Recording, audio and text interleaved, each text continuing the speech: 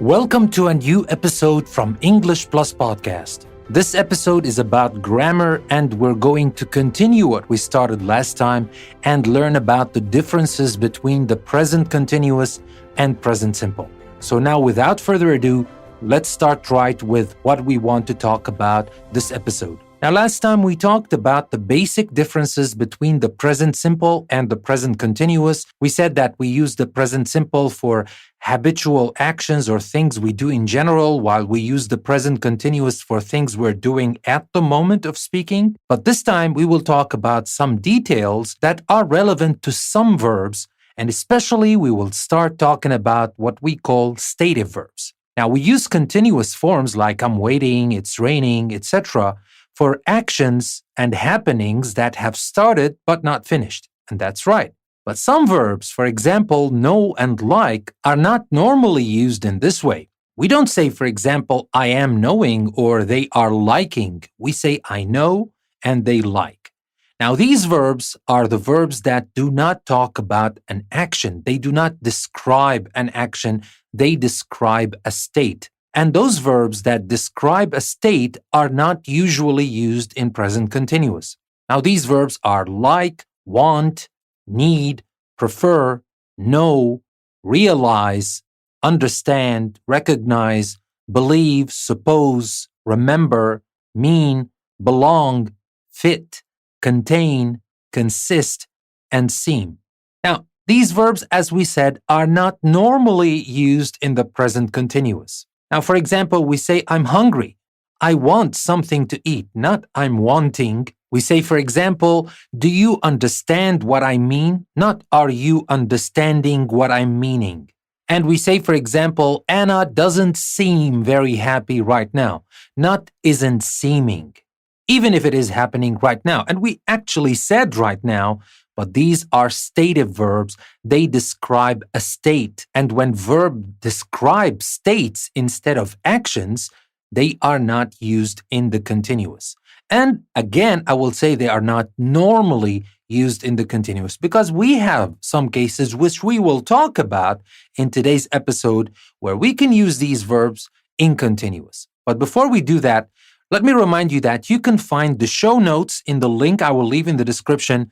The link will take you to our website, EnglishPlusPodcast.com, where you will find everything you need to practice and master the points we're talking about here in English Plus Podcast. You will find a free PDF practice worksheet with its answer key. You can download that, practice. You will find other exercises. And of course, you will find the show notes for this episode all in this link. And if you like the content we're creating and you would like to support us, there's another link that will take you to Patreon, where you can become a patron of the show and support us to create more content. And now let's continue and let's focus on a verb that has this quality in it. We can use it both as an action verb or as a stative verb. And when we use it as an action verb, obviously we can use it in present continuous and present simple, of course. But when we use it as a stative verb, we don't use it in continuous. This verb is think. Now, when think means believe or have an opinion, we do not use it in the continuous because when you believe or have an opinion, that is a state, that is not an action. So, for example, we say, I think Mary is Canadian, but I'm not sure. We don't say I'm thinking. Hear what I'm saying? I believe Mary is Canadian. This is an idea. This is a state of mind. This is not an action. So we don't use it in the continuous. Another example. What do you think of my idea? What is your opinion of my idea? So here also it's a stative verb. We do not say, what are you thinking of my idea? It doesn't work this way. But when think means consider, the continuous is possible. Of course, you can still use the present simple if you want, but the continuous is possible. For example, we can say, I'm thinking about what happened. I often think about it. Now, I often think about it, that's present simple. We're talking what I usually do or what I often do, but I'm thinking about what happened right now. I can use the continuous here because think in this example means to consider, which is an action. It is not to believe or have an opinion, it's to consider, which means an action. Let's take a look at another example. Nikki is thinking of giving up her job. Well, she's considering it. She's thinking about it. That means she's considering it. Nothing has to do here with believe or have an opinion. We're talking about what she's considering. She's thinking. That is an action, so we can use it with the continuous. The continuous is possible. Now let's talk about some other verbs that have to do with the senses. These are see, hear, smell, taste, look, and feel. Now we normally use the present simple, not continuous, with see, hear, smell, and taste. Like when we say, do you see that man over there? Not are you seeing that man? And when we say, for example, the room smells, let's open a window. Or when we say this soup doesn't taste very good, not isn't tasting very good. Now, we can use the present simple or continuous to say how somebody looks or feels now. Like when we say, for example, you look well today or you're looking well today. Both are fine, both are possible. But don't forget, the present continuous is possible here, but you have to be talking about something that's happening at the moment of speaking, not in general. When you speak in general, stick to the present simple. Another example, how do you feel now? Or we can say, how are you feeling now? Both are possible. But again, as I said, when you talk about things that happen in general or usually, stick to the present simple. For example, we say, I usually feel tired in the morning, not I'm usually feeling.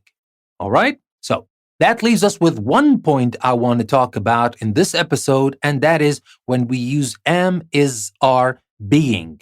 Now, this might sound a little bit strange, but it is correct and it is used a lot. And it has a very special meaning that you will find very useful. Now, you can say he's being or you are being, etc., to say how somebody is behaving now. For example, we say, I can't understand why he's being so selfish. He isn't usually like that. So here, we're saying he's being selfish, and here we're talking about it this way. We're using am, is, are, being to talk about a way this person is behaving that is not usual. He's being so selfish. That is a kind of a temporary thing, a temporary kind of behavior, something that I find strange. That's why I said, I can't understand why he's being so selfish.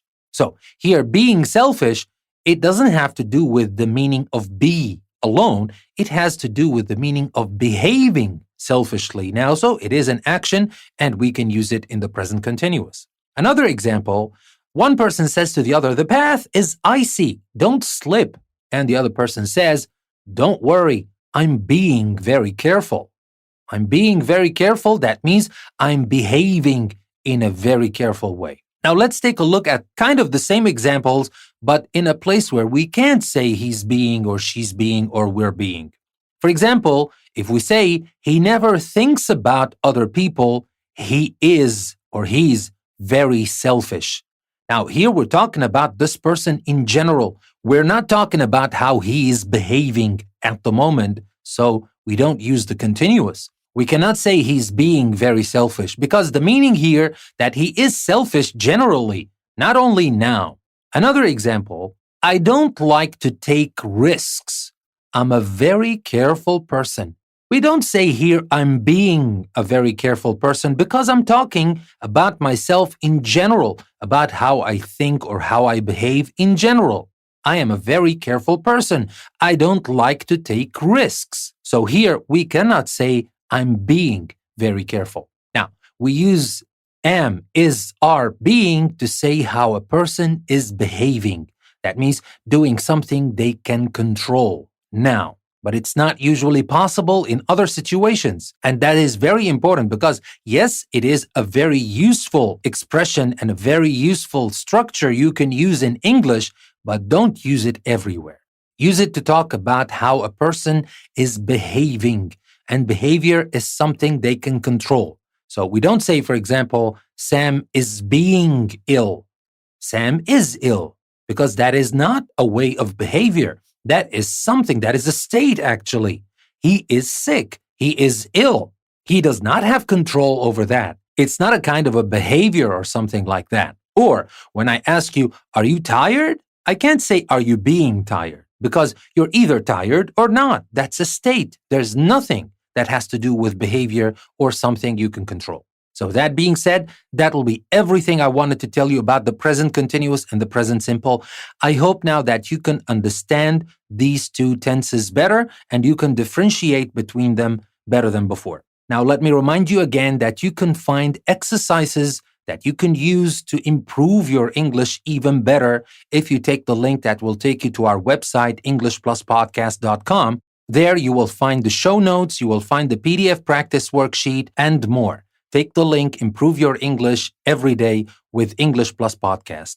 And remember, if you like the content we're creating and you would like us to create more content, go to Patreon and become our patrons and help us continue this journey of helping everybody around the world learn English for free. Now, that being said, let me thank you very much for listening to another episode from English Plus Podcast. This is your host, Danny. I will see you next time.